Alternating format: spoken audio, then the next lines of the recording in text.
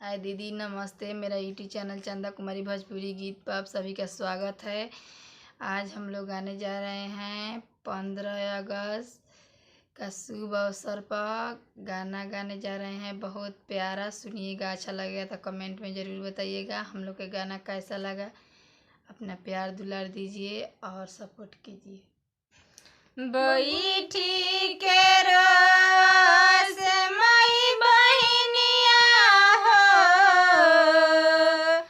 बैठी के रोस माई बहिनिया हो, अखिया से लोर बह गइल, अखिया से लोर बह गइल। बबुआ के आइल बाटे सीमा पर से लसिया, बबुआ के आइल बाटे सीमा पर से लसिया।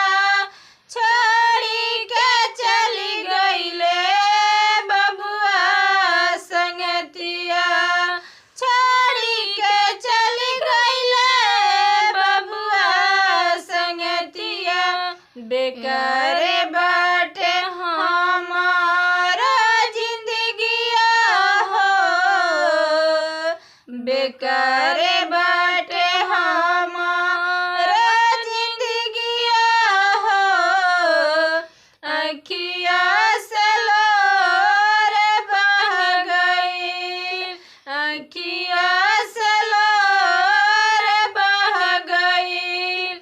बैठी के रोस माई बहिनिया हो, अखिया से लोर बह गइल, अखिया से लोर बह गइल।